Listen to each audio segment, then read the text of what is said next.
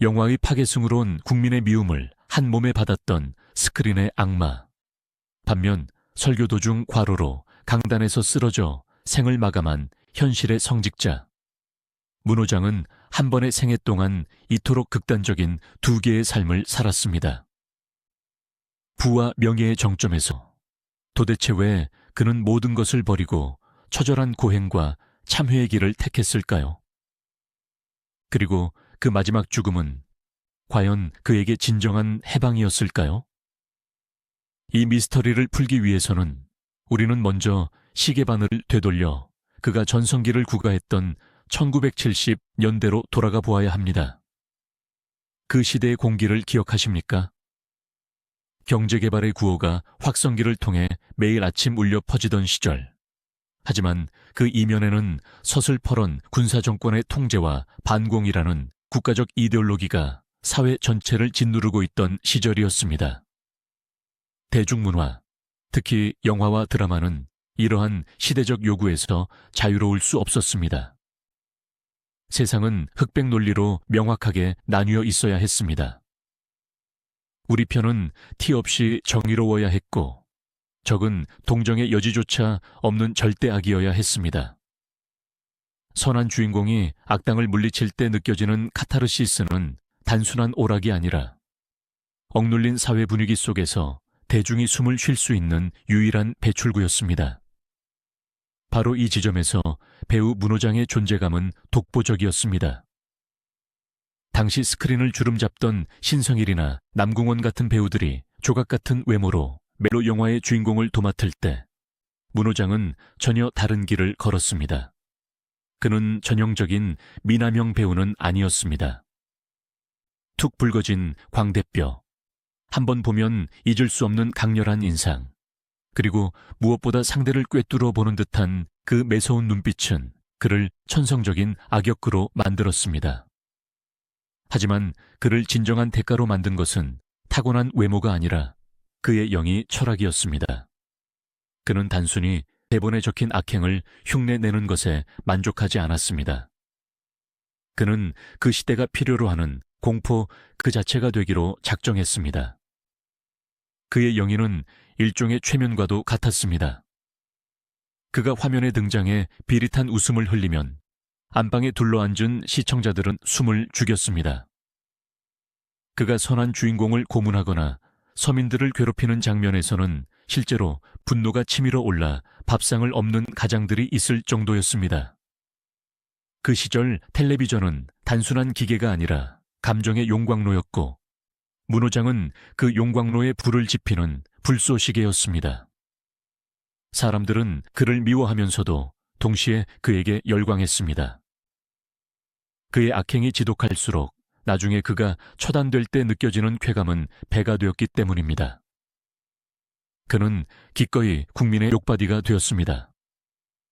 그 시대는 누군가에게 마음껏 돌을 던질 대상이 필요했고, 문호장은 자신의 온몸으로 그 돌들을 받아냈습니다. 이로 인해 겪어야 했던 그의 고충은 이루 말할 수 없었습니다. 그가 식당에 들어가면 주인 할머니가 소금을 뿌리며 어디서 저런 나쁜 놈이 밥을 먹으러 왔냐며 쫓아내기 일쑤였습니다. 택시를 잡으려 해도 운전기사가 그의 얼굴을 보고는 그냥 지나쳐버리는 일도 허다했습니다. 길을 가다가 모르는 사람에게 등짝을 얻어맞거나 욕설을 듣는 것은 일상다반사였습니다. 보통 사람이라면 억울해서라도 이건 연기일 뿐입니다 라고 항변했을 테지만 문호장은 그러지 않았습니다. 오히려 그는 그런 수모를 당할 때마다 묘한 직업적 희열을 느꼈다고 합니다. 내가 얼마나 연기를 잘했으면 사람들이 나를 진짜 나쁜 놈으로 알까. 그는 사람들의 증오를 배우로서 받을 수 있는 최고의 찬사로 여기며 스스로를 위로했습니다. 하지만 그 화려한 명성과 직업적 자부심 뒤에는 아무에게도 말하지 못한 깊은 어둠이 도사리고 있었습니다. 그는 카메라 앞에서 수없이 많은 사람을 죽이고 속이고 배신했습니다. 감독의 컷 소리가 나면 촬영장은 다시 일상으로 돌아오지만 그가 뿜어냈던 도끼 서린 감정들은 쉽게 사라지지 않고 그의 내면에 찌꺼기처럼 가라앉았습니다. 그는 악역을 연기하기 위해 스스로를 극한의 감정 상태로 몰아넣어야 했고, 그 과정에서 자신의 영혼이 조금씩 갉아먹히고 있다는 것을 느꼈습니다. 겉으로는 대한민국 최고의 성격파 배우로 칭송받으며 부와 명예를 거머쥐었지만, 분장실 거울 속에 비친 그의 눈동자는 언제나 공허하게 흔들리고 있었습니다. 그는 종종 동료들에게 이런 농담을 던지곤 했습니다. 나는 전생에 무슨 죄를 그렇게 많이 지었길래 이번 생에는 하루도 빠짐없이 죄를 짓는 영이만 해야 하는 걸까? 그것은 단순한 농담이 아니라 뼈아픈 자기 성찰이었습니다. 그는 알고 있었습니다. 사람들이 자신을 보며 느끼는 공포와 혐오가 비록 연기에서 비롯된 것이라 할지라도 결국은 세상의 부정적인 에너지를 퍼뜨리고 있다는 사실을 말입니다. 그는 악을 전시함으로써 먹고 사는 사람이었습니다. 그 모순은 예민한 감수성을 가진 예술가였던 그에게 견딜 수 없는 내적 갈등을 불러일으켰습니다. 특히 1970년대 후반으로 접어들면서 한국 사회가 급격한 산업화의 부작용과 정치적 혼란을 겪을 때 문호장의 내적 갈등도 극에 달했습니다. 스크린 속에 악과 현실의 악이 뒤섞여 구분하기 어려운 시대였습니다. 그는 자신이 연기하는 악당들이 현실의 부조리한 권력자들을 닮아가는 것을 보며 소름 끼치는 기시감을 느꼈을지도 모릅니다.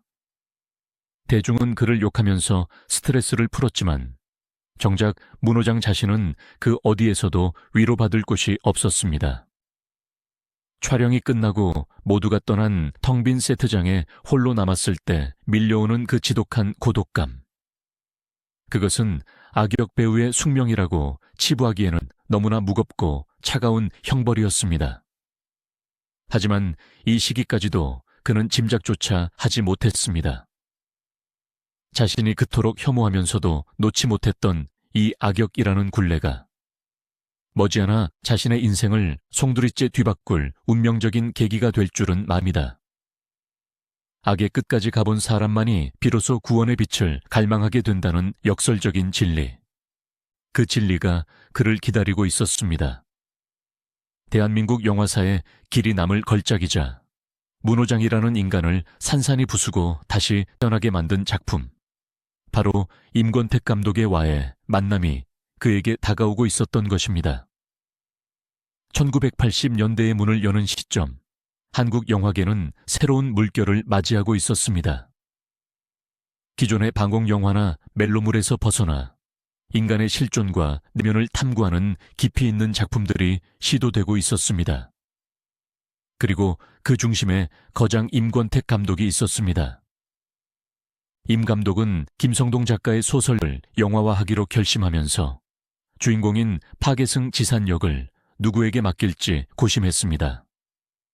지산은 승려의 신분이지만 술과 여자에 빠져 살고 불교의 모든 계율을 어기는 타락한 인물입니다. 하지만 그 타락은 단순한 방탕함이 아니었습니다. 그것은 깨달음을 얻지 못한 자신의 한계에 절망하고 형식적인 종교의 틀을 깨부수며 진정한 진리를 찾으려고 몸부림치는 처절한 구도행위였습니다. 임권택 감독은 이 복잡하고도 모순적인 캐릭터를 소화할 수 있는 배우는 단 한 사람, 문호장밖에 없다고 생각했습니다. 그동안 수많은 악역을 통해 보여준 그의 광기 어린 눈빛과 그 이면에 숨겨진 알 수 없는 슬픔을 감독은 꿰뚫어 보았던 것입니다. 문호장에게 이 제안은 일생일대의 도전이었습니다. 그동안 그가 맡았던 역할들이 평면적인 절대 악희였다면 지산 스님은 선과 악, 성스러움과 속됨이 뒤엉켜 있는 입체적인 인간 그 자체였습니다. 그는 직감했습니다. 이 역할이 자신의 배우 인생에 정점을 찍을 것이며 동시에 자신을 벼랑 끝으로 몰고 갈 수도 있다는 것을. 촬영이 시작되자 문호장은 무서운 집중력을 발휘했습니다. 아니, 그것은 연기가 아니라 빙의에 가까웠습니다. 그는 지산 스님이 되기 위해 실제로 술을 마셨고 며칠씩 씻지 않고 거리를 배회했습니다. 강원도의 혹독한 추위 속에서 진행된 촬영 강행군 속에서도 그는 흐트러짐이 없었습니다. 그는 지산의 고통을 자신의 고통으로 치환했습니다. 부처를 만나면 부처를 죽이고 조사를 만나면 조사를 죽여라. 지산의 대사처럼 그는 기존의 문호장을 죽이고 그 자리에 고뇌하는 승려의 영혼을 채워 넣었습니다. 스태프들은 카메라 밖에서도 멍하니 허공을 응시하거나 소리 없이 흐느끼는 그를 보며 불안해했습니다. 그는 이미 현실과 연기의 경계를 넘어서고 있었던 것입니다. 영화 속에서 지산이 눈 속에 쓰러져 죽어가는 장면은 한국 영화 사상 가장 아름답고도 슬픈 장면 중 하나로 꼽힙니다. 그 장면에서 문호장이 보여준 표정은 단순히 죽음을 앞둔 두려움이 아니었습니다. 그것은 평생을 짓누르던 번뇌의 짐을 비로소 내려놓는 자의 안도감, 그리고 끝내 도달하지 못한 깨달음에 대한 회한이 뒤섞인 기묘한 미소였습니다. 이 영화가 개봉되자 평당과 관객은 충격에 빠졌습니다. 저것이 정말 악역 전문 배우 문호장인가? 사람들은 그의 얼굴에서 처음으로 악마가 아닌 인간을 보았습니다. 나약하고 흔들리고 상처받은 우리 모두의 자화상을 그에게서 발견한 것입니다. 이 작품으로 그는 제20회 대종상 나무조연상을 거머쥐었습니다. 비록 조연상이었지만 주연을 능가하는 압도적인 존재감을 인정받으며 배우로서 정점에 오른 것입니다. 시상식 단상에 올라 트로피를 쥐었을 때 쏟아지는 플래시 세례 속에서 그는 환하게 웃고 있었지만 그의 마음속 깊은 곳에서는 걷잡을 수 없는 폭풍이 몰아치고 있었습니다. 지산 스님의 삶을 살면서 그는 너무 깊은 심연을 들여다보고 말았습니다. 인생이란 무엇인가? 나는 누구인가? 이 화려한 영광 뒤에 남는 것은 무엇인가? 영화는 끝났지만 지산이 던진 질문들은 유령처럼 그를 따라다녔습니다. 트로피의 차가운 금속성 촉감이 느껴질수록 그의 가슴 한구석은 뻥 뚫린 듯 시려왔습니다. 아이러니하게도 최고의 찬사를 받던 그 순간 인간 문호장은 무너져 내리고 있었습니다. 평생 악역을 연기하며 쌓아온 도끼, 그리고를 찍으며 쏟아부은 모든 에너지가 고갈되면서 그의 육체와 정신은 비명을 지르기 시작했습니다. 고혈압과 심장병이 그를 덮쳤습니다. 병마는 예고 없이 찾아왔고 그를 죽음의 문턱까지 끌고 갔습니다. 병실 천장을 바라보며 누워있는 시간 동안 그는 지난 날을 되돌아보았습니다. 스크린 속에서 수천 번 죽었던 그였지만 다가오는 진짜 죽음의 공포 앞에서는 그 어떤 연기력도 소용이 없었습니다. 그때였습니다. 그가 평생 외면해왔던, 아니 어쩌면 마음 한구석에서 애타게 기다려왔던 어떤 절대적인 존재와의 만남이 시작된 것은 말입니다. 세상이 그를 악인이라 부를 때 그는 스스로를 죄인이라 부르며 무릎을 꿇게 됩니다. 이것은 단순한 종교적 귀의가 아니었습니다. 그것은 평생 가면을 쓰고 살아온 한 광대가 화장을 지운 맨얼굴로 거울 앞에 서는 순간이었습니다. 이제 곧 펼쳐질 그의 인생 제2막은 그 어떤 영화보다도 더 드라마틱하고 충격적인 반전을 예고하고 있었습니다. 화려한 스포트라이트를 스스로 꺼버리고 어둡고 낮은 곳으로 걸어 들어간 문호장. 그의 진짜 이야기는 바로 여기서부터 시작됩니다. 병실의 창밖으로 앙상한 나뭇가지가 흔들리고 있었습니다. 링거액이 한 방울씩 떨어지는 소리만이 정적을 채우던 그 차가운 방 안에서 천하의 문호장은 난생 처음으로 공포라는 감정의 실체와 마주하고 있었습니다. 스크린 속에서 그는 수없이 죽음을 연기했습니다. 총에 맞아 비장하게 쓰러지기도 했고 단두대의 이슬로 사라지기도 했으며 벼랑 끝에서 몸을 던지기도 했습니다. 그때마다 그는 생각했습니다.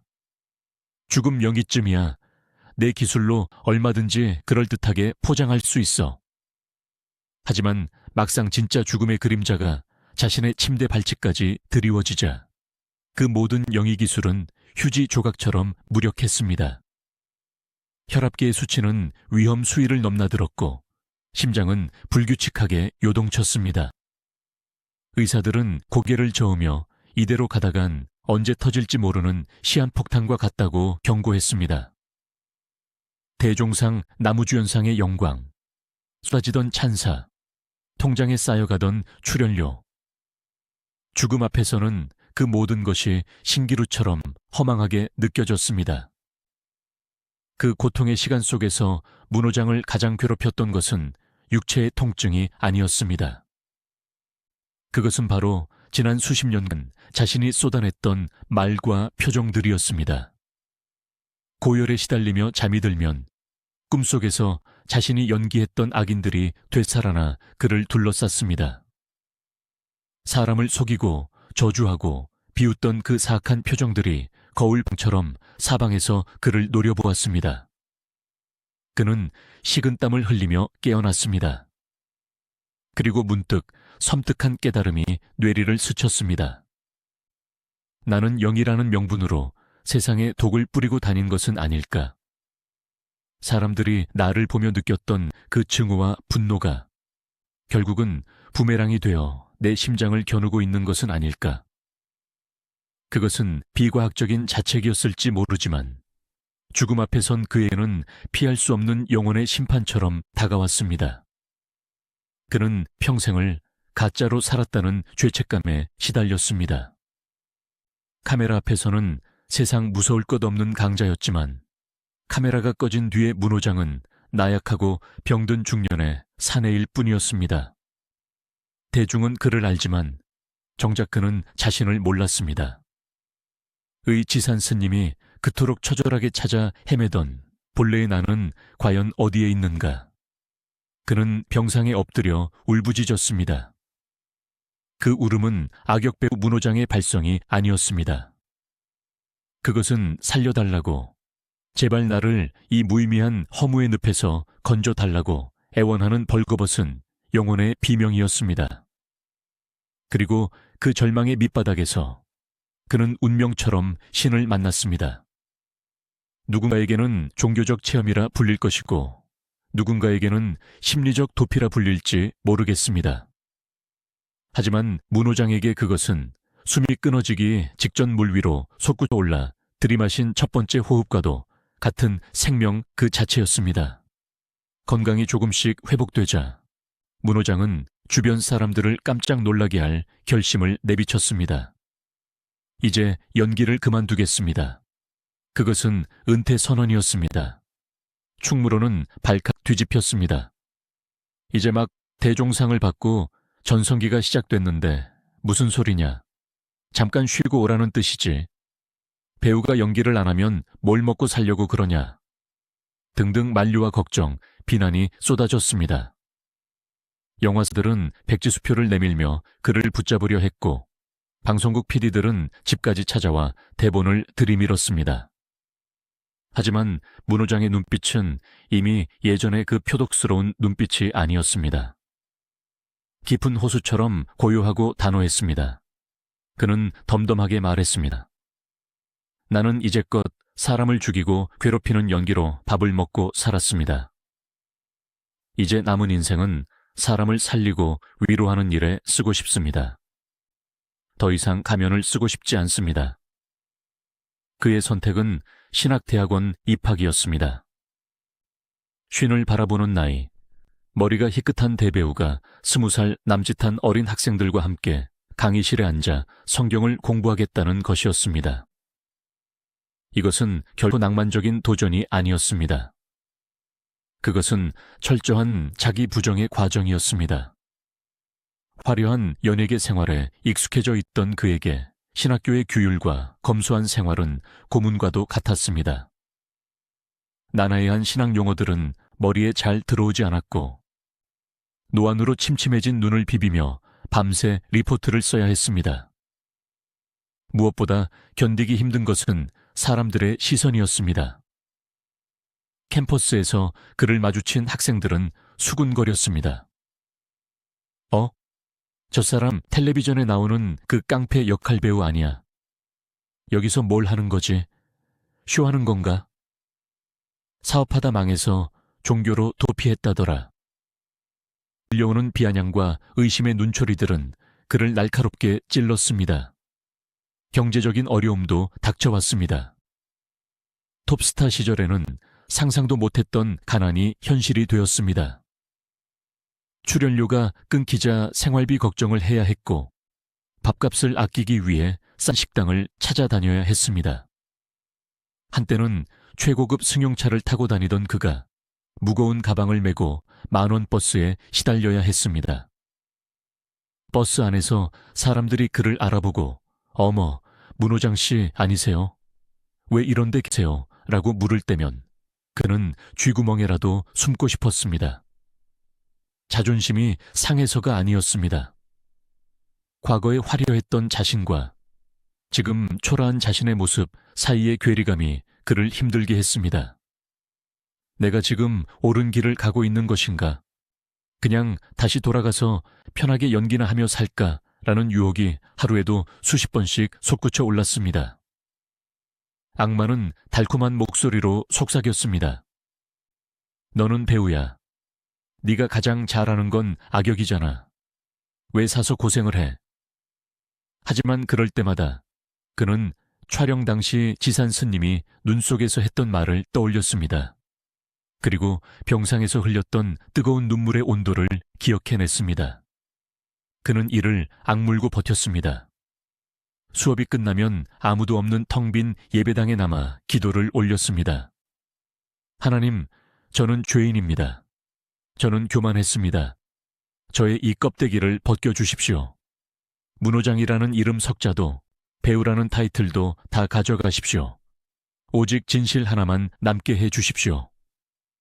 그의 기도는 처절했습니다. 강대상 바닥을 눈물로 적실 만큼 간절했습니다. 그렇게 하루, 이틀, 1년, 2년 시간이 흐르면서 그의 얼굴에서는 도끼가 빠져나가고 그 자리에 온화한 평안이 깃들기 시작했습니다. 날카로웠던 눈매는 둥그러졌고 굳게 담은 입술에는 부드러운 미소가 번졌습니다. 껍질을 깨고 나오는 나비처럼 그는 서서히 변화하고 있었습니다. 마침내 신학 공부를 마치고 목사 안수를 받던 날, 그는 하얀 가운을 입고 강단에 섰습니다.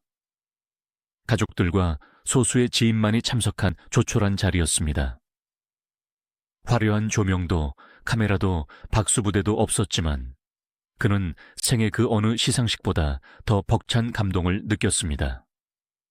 목사 안수패를 받아든 그의 손은 가늘게 떨리고 있었습니다. 나는 이제 배우 문호장이 아닙니다. 나는 하나님의 종 문호장입니다.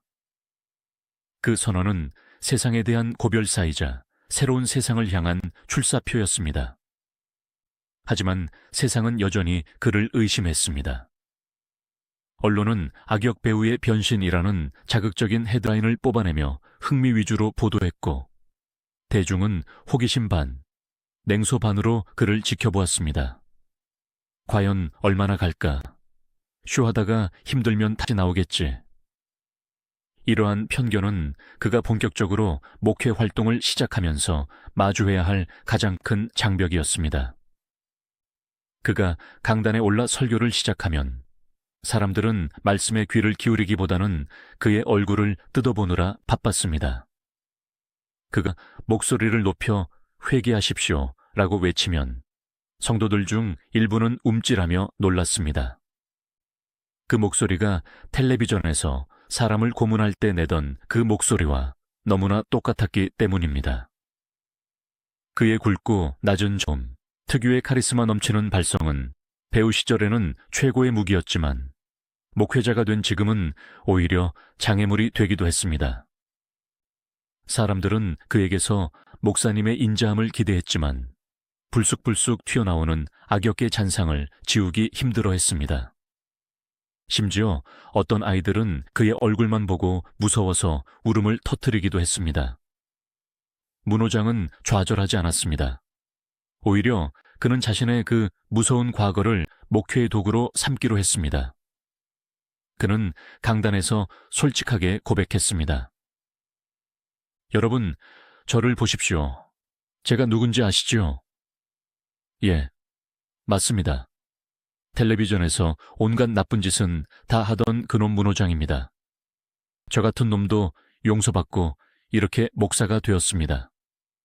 저 같은 죄인 괴수도 변화시킬 만큼 하나님의 사랑은 위대합니다. 그의 진솔한 고백은 사람들의 마음을 움직이기 시작했습니다.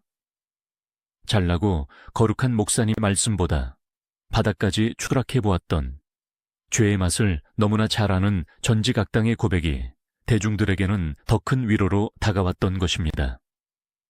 사람들은 그의 설교를 들으며 웃다가 울었습니다. 그의 이야기는 가공된 교리가 아니라 피와 땀이 섞인 생생한 삶의 간증이었기 때문입니다. 특히 그는 자신처럼 세상에서 손가락질 받는 사람들에게 눈을 돌렸습니다.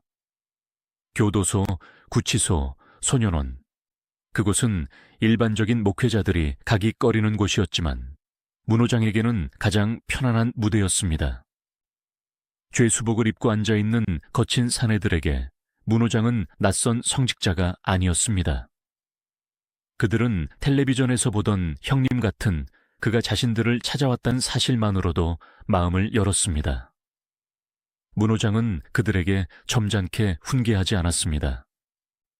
대신 그들의 거친 손을 잡고 그들의 냄새 나는 발을 씻겨주며 함께 뒹굴었습니다. 나도 깡패 역할 해봐서 아는데 로 시작되는 그의 설교는 재소자들의 가슴에 비수처럼 꽂혔습니다. 그는 연기가 아닌 진심으로 그들을 대했습니다. 세상이 버린 자들을 찾아가 당신들도 사랑받을 자격이 있다고 말해주는 그에게서 재소자들은 처음으로 따스한 아버지의 온기를 느꼈습니다. 하지만 이 치열한 사역의 현장은 병든 그의 육체를 갉아먹고 있었습니다. 고혈압과 심장병은 완치된 것이 아니라 잠시 숨을 죽이고 있었을 뿐이었습니다. 무리한 일정, 쏟아붓는 열정, 그리고 한 영혼이라도 더 구하고 싶다는 조급함은 그의 혈관을 다시금 팽팽하게 긴장시켰습니다. 의사는 제발 쉬어야 한다고, 이러다간 정말 큰일 난다고 수차례 경고했습니다. 가족들도 눈물로 말렸습니다. 하지만 그는 멈출 수 없었습니다. 마치 자신의 운명을 예감한 듯 그는 불나방처럼 사역에 뛰어들었습니다. 내게 남은 시간이 얼마 없다면 나는 강단에서 쓰러져 죽겠다. 그것은 비장한 각오였지만 동시에 남겨질 사람들에게는 너무나 가혹한 예언이었습니다. 어느 날 지방의 한 작은 교회에서 부흥회를 인도하던 중이었습니다. 좁은 예배당은 사람들로 가득 찼고 열기는 뜨거웠습니다. 문호장은 땀을 비오듯 흘리며 설교를 이어가고 있었습니다. 그의 목소리는 어느 때보다 우렁찼고 눈빛은 형형하게 빛났습니다. 그런데 갑자기 그의 말이 툭 끊겼습니다. 시야가 흐릿해지더니 천장이 빙글빙글 돌기 시작했습니다. 다리에 힘이 풀리고 가슴을 쥐어짜는 듯한 통증이 몰려왔습니다. 강단을 붙잡고 버티려 했지만 몸이 말 듣지 않았습니다.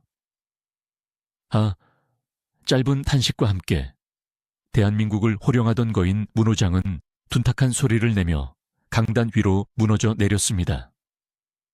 성도들의 비명소리가 들려왔고 누군가 목사님 하고 외치며 달려왔습니다.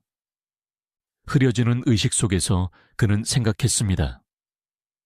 이것이 나의 마지막 장면인가? 이번에는 NG가 없겠구나. 쓰러진 그를 싣고 구급차가 요란한 사이렌 소리를 울리며 어둠 속을 질주했습니다. 산소 마스크를 쓴 그의 호흡은 거칠었고 모니터의 심박동 그래프는 위태롭게 춤을 추었습니다. 소식을 듣고 병원으로 달려온 가족들은 오열했습니다. 하지만 이것은 끝이 아니었습니다. 죽음과의 사투, 그리고 그 속에서 피어나는 마지막 기적 같은 이야기들이 아직 그를 기다리고 있었습니다. 악역 배우에서 성자로, 그리고 이제는 생의 마지막 관문을 통과해야 하는 한 나약한 인간으로 문호정의 드라마는 가장 클라이맥스를 향해 치닫고 있었습니다. 과연 그는 다시 일어설 수 있을까요? 아니면 이대로 전설 속으로 사라지게 될까요? 병원 복도의 차가운 공기 속에서 그의 운명은 째깍거리는 시계추처럼 위태롭게 흔들리고 있었습니다. 이 갑작스러운 쓰러짐은 단순한 육체의 붕괴가 아니었습니다. 그것은 한 인간이 자신의 모든 것을 불태운 뒤 남은 죄와 같은 것이었습니다. 사람들은 그가 쓰러졌다는 소식에 충격을 받으면서도 한편으로는 그가 보여준 불꽃 같은 삶의 경이로움을 느꼈습니다. 가짜 악을 연기하던 그가 진짜 선을 행하다가 쓰러진 이 극적인 상황. 이것은 신이 쓴 각본이 아니고서는 설명할 수 없는 역설이었습니다. 이제 병상에 누운 그는 더 이상 말을 할 수 없게 될지도 모릅니다. 하지만 그의 침묵은 그 어떤 웅변보다 더 큰 울림으로 세상에 말을 걸기 시작했습니다. 가장 낮은 곳으로 임했던 그의 사랑이 이제 그가 가장 약해진 순간에 어떻게 꽃을 피우는지 우리는 숨죽여 지켜보아야 할 것입니다. 응급실의 차가운 형광등 불빛 아래 산소 호흡기에 의지해 가쁜 숨을 몰아쉬는 문호장의 모습은 그야말로 처참했습니다. 불과 몇 시간 전만 해도 강단 위에서 사자우를 토해내던 당당한 풍채는 온데간데 없고 병상에 누운 그는 그저 작고 나약한 늙은이에 불과했습니다. 의사들의 분주한 손놀림과 기계음이 뒤섞인 중환자실의 공기는 무겁게 가라앉아 있었습니다. 진단명은 뇌졸중. 오랫동안 혹사해온 그의 혈관이 끝내 터져버린 것입니다. 의료진은 고개를 가로저었습니다. 의식이 돌아온다고 해도 예전처럼 활동하기는 힘들 겁니다. 마음의 준비를 하셔야 할 수도 있습니다. 그 말은 마치 사형 선고와도 같았습니다. 평생을 목소리와 몸짓으로 세상을 호령해 온 배우에게, 그리고 이제 막 복음의 전령사로 제2의 인생을 시작한 목회자에게 침묵과 마비는 죽음보다 더한 형벌이었습니다. 며칠간의 혼수 상태 끝에 기적적으로 의식이 돌아왔을 때 문호장이 마주한 현실은 잔혹했습니다. 입을 열어 말을 하려 했지만 혀가 굳어 어눌한 소리만 새어나왔습니다. 손을 들어보려 했지만 한쪽 팔다리는 돌덩이처럼 무거워 움직이지 않았습니다. 반신불수. 대한민국 최고의 악역 배우, 그 카리스마 넘치던 문호장의 몸이 무너져 내린 것입니다. 거울 속에 비친 자신의 일그러진 얼굴을 보며 그는 무슨 생각을 했을까요? 화려했던 스크린 속의 모습과 겹쳐지는 지금의 초라한 현실. 어쩌면 그는 이것이 평생 지은 죄, 비록 영이었을지라도 사람들에게 심어주었던 공포와 증오에 대한 업보라고 생각하며 자책했을지도 모릅니다. 병실의 밤은 길고도 외로웠습니다. 찾아오는 이 없는 새벽녘, 그는 마비된 손을 부여잡고 소리 없는 눈물을 흘려야 했습니다. 하지만 무너진 육체 속에서 오히려 그의 영혼은 더욱 투명하게 빛나기 시작했습니다. 그는 절망의 늪에서 허우적거리는 대신 그 고통을 자신의 십자가로 받아들이기로 했습니다. 하나님, 제 입술이 둔해졌다면 제 눈물로 말하게 하소서.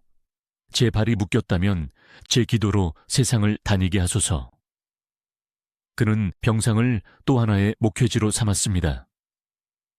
병문안을 온 동료 연예인들이 오히려 그의 처참한 모습에 말을 잇지 못하고 울음을 터뜨리면 문호장은 그 불편한 몸으로 그들의 손을 잡고 위로했습니다.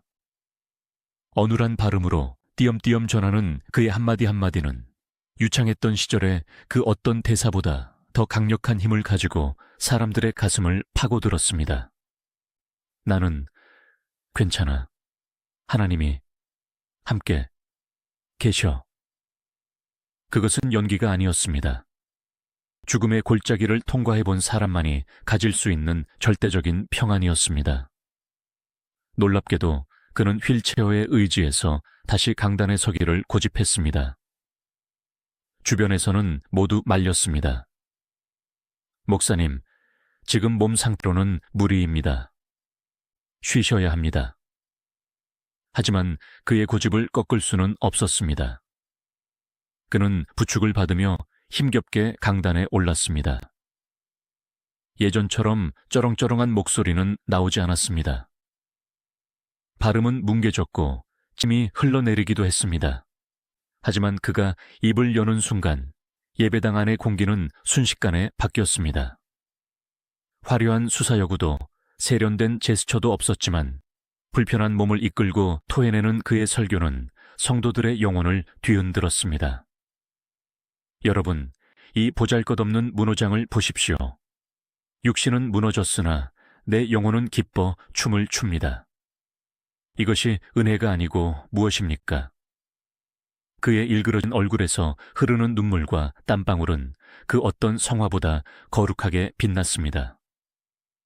이 시기 문호장의 사역은 그야말로 생명을 담보로 한 질주였습니다. 그는 자신이 언제 다시 쓰러질지 모른다는 것을 누구보다 잘 알고 있었습니다. 그렇기에 오늘이 마지막인 것처럼, 지금 만나는 사람이 내 생의 마지막 전도 대상인 것처럼 절박하게 매달렸습니다. 그는 전국 각지의 기도원과 교회를 돌며 간증 집회를 이어갔습니다. 사람들이 그를 문호장 목사가 아니라 호기심 어린 눈으로 왕년의 스타 문호장으로 바라본다 해도 상관없었습니다. 그 관심을 통해 단 한 사람이라도 복음을 듣고 변화될 수 있다면 그는 기꺼이 구경거리가 되기를 자처했습니다. 그는 자신의 유명세마저 철저하게 도구로 사용했습니다. 그래요, 내가 그 악질 문호장입니다. 나 같은 놈도 예수 믿고 이렇게 변했습니다. 그의 이 투박한 고백은 수많은 불신자의 마음을 열게 하는 열쇠가 되었습니다. 특히 그가 생의 마지막 시기에 집중했던 것은 북한 선교에 대한 비전이었습니다. 아이러니하게도 과거 그를 죽여야 할 놈이라고 지목했던 북한 땅, 그리고 평생 방공 영화에서 적으로 규정하고 연기했던 그 대상을 향해 그는 긍휼의 마음을 품었습니다. 내 영이 때문에 북한 동포들이 상처받았다면 이제는 내 사랑으로 그들을 품고 싶다. 비록 직접 갈 수는 없었지만 그는 기회가 될 때마다 북한 선교를 위한 지원과 기도를 아끼지 않았습니다. 분단된 조국의 비극을 온몸으로 연기했던 배우가 이제는 그 분단의 상처를 치유하기 위해 기도하는 중보자가 된 것입니다. 이것은 그가 보여준 삶의 역설 중 가장 극적이고도 아름다운 반전이었습니다. 하지만 육체의 한계는 냉혹했습니다. 1999년의 가을이 다가오면서 그의 병세는 급격히 악화되었습니다. 반복되는 뇌졸중 발작은 그의 의식을 흐리게 만들었고 합병증들이 그를 괴롭혔습니다. 병원에서는 더 이상 손을 쓸 수 없다는 판정을 내렸습니다. 이제는 정말 이별을 준비해야 할 시간이 다가오고 있었습니다. 9월의 어느 날, 창밖에는 가을비가 추적추적 내리고 있었습니다. 병실에는 가족들과 가까운 지인들이 모여 그의 마지막 길을 지키고 있었습니다.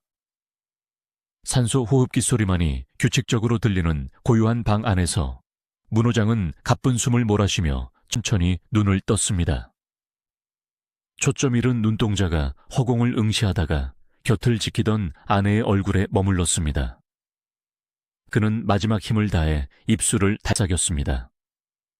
목소리는 들리지 않았지만 입모양은 분명했습니다. 고, 맙, 소, 그리고 주, 님. 그것이 이 땅에서 그가 남긴 마지막 언어였습니다. 평생 수만 마디의 대사를 외우고 읊었던 대배우의 유언치고는 너무나 짧고 소박했습니다. 하지만 그 짧은 단어 속에 그의 인생 전체가 압축되어 있었습니다. 아내와 가족에 대한 미안함과 고마움, 그리고 자신을 구원해준 절대자를 향한 순정한 고백. 1999년 9월 9일 악역의 탈을 쓰고 시대를 풍미했던 배우이자 고통받는 자들의 눈물을 닦아주던 목사 문호장은 그렇게 조용히 세상과 작별했습니다. 향년 59세. 너무나 이르고 안타까운 죽음이었습니다. 그의 부고가 전해지자 대한민국은 슬픔에 잠겼습니다. 신문과 방송은 앞다퉈 그의 사망 소식을 타전했습니다. 영원한 악역, 천국으로 떠나다. 두 얼굴의 성자, 문호장 목사 별세. 장례식장은 각계각층의 조문객들로 인산인해를 이루었습니다. 화려한 톱스타들도 있었지만 그보다 더 눈에 띄는 것은 이름 없는 서민들이었습니다.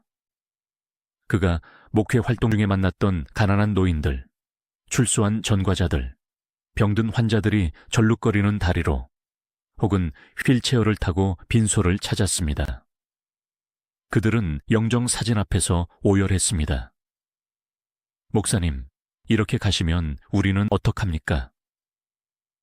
그들의 눈물은 문호장이 연기했던 악인의 이미지를 완전히 씻어내고 그가 생애 마지막에 남긴 사랑의 흔적을 증명하는 가장 확실한 증거였습니다. 그가 떠난 뒤 사람들은 비로소 그가 남긴 빈자리의 크기를 실감했습니다. 스크린에서는 그토록 강렬한 악을 뿜어내며 우리를 긴장시켰고 강단에서는 그토록 뜨거운 눈물을 흘리며 우리를 위로했던 사람. 배우로서 그는 시대의 어둠을 비추는 거울이었고 목회자로서 그는 상처 입은 시대를 감싸 안는 붕대였습니다. 어떤 사람들은 묻습니다. 그는 결국 배우였는가 아니면 목사였는가? 하지만 이 질문은 이제 무의미합니다. 그는 배우로서 인간의 죄성을 탐구했고 목사로서 그 죄성의 해결책을 제시했습니다. 그의 삶은 전반부와 후반부가 단절된 것이 아니라 구원이라는 하나의 주제를 향해 달려가 완벽하게 결합된 한 편의 위대한 드라마였습니다. 이제 이야기는 그의 육신이 사라진 이후의 시간으로 넘어갑니다. 그가 떠난 지 20여 년이 훌쩍 넘은 지금 우리는 왜 여전히 문호장을 기억해야 할까요? 단순히 연기를 잘했던 배우 혹은 드라마틱하게 회심한 종교인으로만 기억하기에 그의 삶에는 우리가 미처 다 읽어내지 못한 텍스트들이 숨겨져 있습니다. 그가 남긴 유산은 무엇이며 오늘날 우리에게 던지는 메시지는 과연 무엇일까요? 그리고 그가 떠난 후 남겨진 가족들과 그를 사랑했던 사람들은 어떻게 그의 뜻을 이어가고 있을까요? 죽음은 끝이 아니라 또 다른 시작이었습니다. 문호장이라는 이름이 전설이 되어가는 과정, 그리고 그 과정에서 밝혀진 숨겨진 일화들과 그가 남긴 진정한 만다라의 의미를 찾아서 우리는 이제 마지막 여정을 떠나야 합니다. 문호장이 떠난 뒤 한국 영화계에는 기묘한 공백이 생겼습니다. 악역 배우들은 많았지만 그처럼 보는 이의 영혼을 서늘하게 만드는 절대 악의 아우라를 가진 배우는 다시 나타나지 않았습니다. 충무로의 감독들은 탄식했습니다. 문호장만이 할 수 있는 눈빛이 있었다. 그는 악을 연기한 것이 아니라 악의 심연을 보여주었다. 그의 빈자리는 단순히 한 명의 조연 배우가 사라진 것이 아니었습니다. 그것은 억압되고 뒤틀린 시대의 그림자를 온몸으로 받아내던 거대한 방파제 하나가 사라진 것과 같았습니다. 사람들은 그제야 깨달았습니다. 우리가 그를 그토록 미워하고 욕할 수 있었던 것은 그가 우리 내면에 숨겨진 어두운 욕망과 분노를 대신 뒤집어써 주었기 때문이라는 사실을 말입니다. 그는 우리 시대의 속죄양과도 같은 악인이었습니다. 그가 세상을 떠난 지 수년이 흐른 뒤 그가 생전에 뿌렸던 눈물의 씨앗들이 예상치 못한 곳에서 싹을 틔우기 시작했습니다. 그가 휠체어를 타고 찾아가 손을 잡아주었던 어느 무기수는 출소 후 신학을 공부하여 목회자가 되었습니다. 그는 간증 집회 때마다 이렇게 말한다고 합니다. 세상 모든 사람이 나를 쓰레기 취급할 때 문호장 목사님만이 나를 형제라고 불러주었습니다. 그분의 뭉개진 발음과 떨리는 손이 나를 구원했습니다. 병원에서 그에게 기도를 받고 위로를 얻었던 말기 암 환자의 가족들은 그가 떠난 후에도 기일에 맞춰 그의 묘소를 찾았습니다. 그에게 문호장은 스크린 속의 스타가 아니라 생의 마지막 순간에 가장 따뜻한 친구가 되어준 은인이었습니다. 이것은 그가 배우로서 받았던 그 어떤 트로피보다 값진 살아있는 상패였습니다. 또한 그의 피는 속일 수 없었습니다. 문호장이 그토록 걷고 싶어 했던 성직자의 길은 그의 아들 문호준에게로 이어졌습니다. 아버지의 갑작스러운 은퇴와 가난, 그리고 투병 생활을 가장 가까이에서 지켜보며 성장했던 아들. 어쩌면 아버지에 대한 원망이나 그 험난한 길에 대한 두려움이 있었을 법도 합니다. 하지만 아들은 아버지의 마지막 모습에서 진정한 승리자의 얼굴을 보았습니다. 세상의 부귀영화를 버리고 좁은 길을 택했던 아버지가 결국 옳았음을 아들은 아버지의 장례식장에 모여든 수많은 작은 사람들의 눈물을 통해 확인한 것입니다. 아들이 목사가 되어 강단에 섰을 때 사람들은 그에게서 문호장의 그림자를 보았습니다. 하지만 그것은 도끼 어린 악역의 그림자가 아니라 온유하고 겸손한 성자의 그림자였습니다. 아버지의 못다한 사명은 그렇게 대를 이어 계속되고 있습니다. 이제 우리는 마지막으로 그가 남긴 가장 위대한 유산, 바로 그의 삶 자체가 그려낸 거대한 만다라에 대해 이야기해야 합니다. 영화에서 그가 연기한 지산 스님은 깨달음을 얻기 위해 기존의 질서를 파괴하고 스스로를 진흙탕에 던졌습니다. 현실의 문호장 역시 마찬가지였습니다. 그는 배우 문호장이라는 화려한 성을 스스로 무너뜨리고 그 잔해 위에서 목사 문호장이라는 새로운 집을 지었습니다. 그것은 고통스러운 파괴이자 창조였습니다. 만다라는 모래로 정교하게 그려진 뒤 완성되는 순간 흩트려버림으로써 비움의 미학을 완성한다고 합니다. 문호장의 인생이 그러했습니다. 악역으로서 정점에 올랐을 때 그것을 버렸고 목회자로서 열정을 불태울 때 육신의 건강을 잃었습니다. 그는 끊임없이 쥐고 있던 것을 놓아버림으로써 역설적으로 가장 충만한 영혼의 세계를 얻었습니다. 오늘날 유튜브와 같은 온라인 플랫폼에는 여전히 그의 영상들이 떠돌아다닙니다. 한 영상에서는 섬뜩한 눈빛으로 동무, 내 눈을 피하지 말라 고 호통치고 바로 다음 영상에서는 병색이 완연한 얼굴로 하나님 이 죄인을 용서하소서라며 울먹입니다. 이 극단적인 구조와 이 낯선 충돌. 댓글창에는 젊은 세대들의 놀라움 섞인 반응이 이어집니다. 이 사람이 정말 같은 사람인가요? 연기력이 미쳤다고 생각했는데 목사님이 된 사연을 보고 눈물이 났습니다. 시대를 뛰어넘어 그의 진정성은 디지털 세대에게도 묵직한 울림을 주고 있습니다. 젊은이들은 그에게서 성공이 아닌 의미를 봅니다. 무엇이 되느냐보다 어떻게 사느냐가 중요하다는 것을 문호장의 삶은 웅변하고 있기 때문입니다. 그는 생전 자신을 슬리퍼에 비유하곤 했습니다. 나는 누군가가 편하게 신고 다니다가 헌신짝처럼 벗어놓을 수 있는 슬리퍼 같은 존재가 되고 싶다.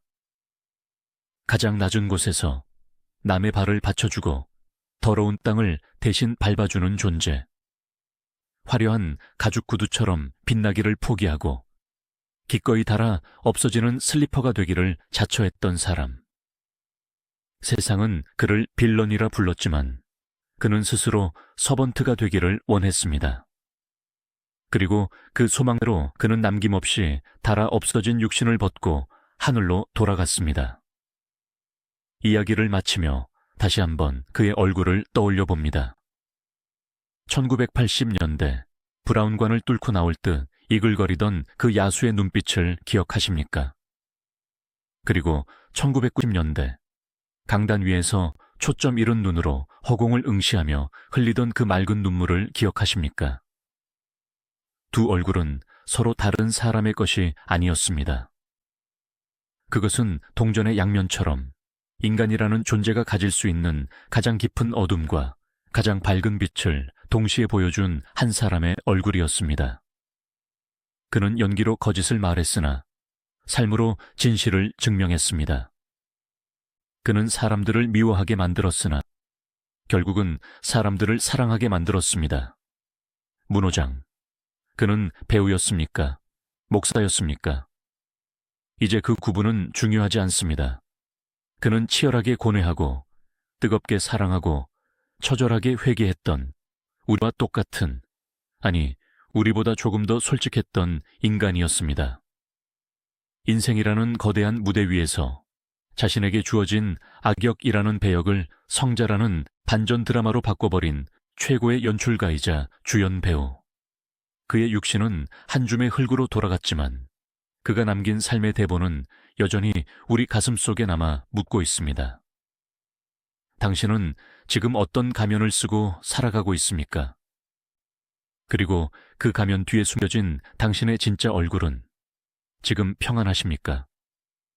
스크린의 악마에서 강단의 성자로 극과 극의 인생을 살다간 고 문호장 목사. 부디 그곳에서는 연기도 눈물도 필요 없는 그저 환하게 웃는 얼굴로 영원한 평안을 누리시기를 기도합니다. 이것으로 두 얼굴을 가졌던, 그러나 심장은 하나였던 사나이의 긴 이야기를 마칩니다.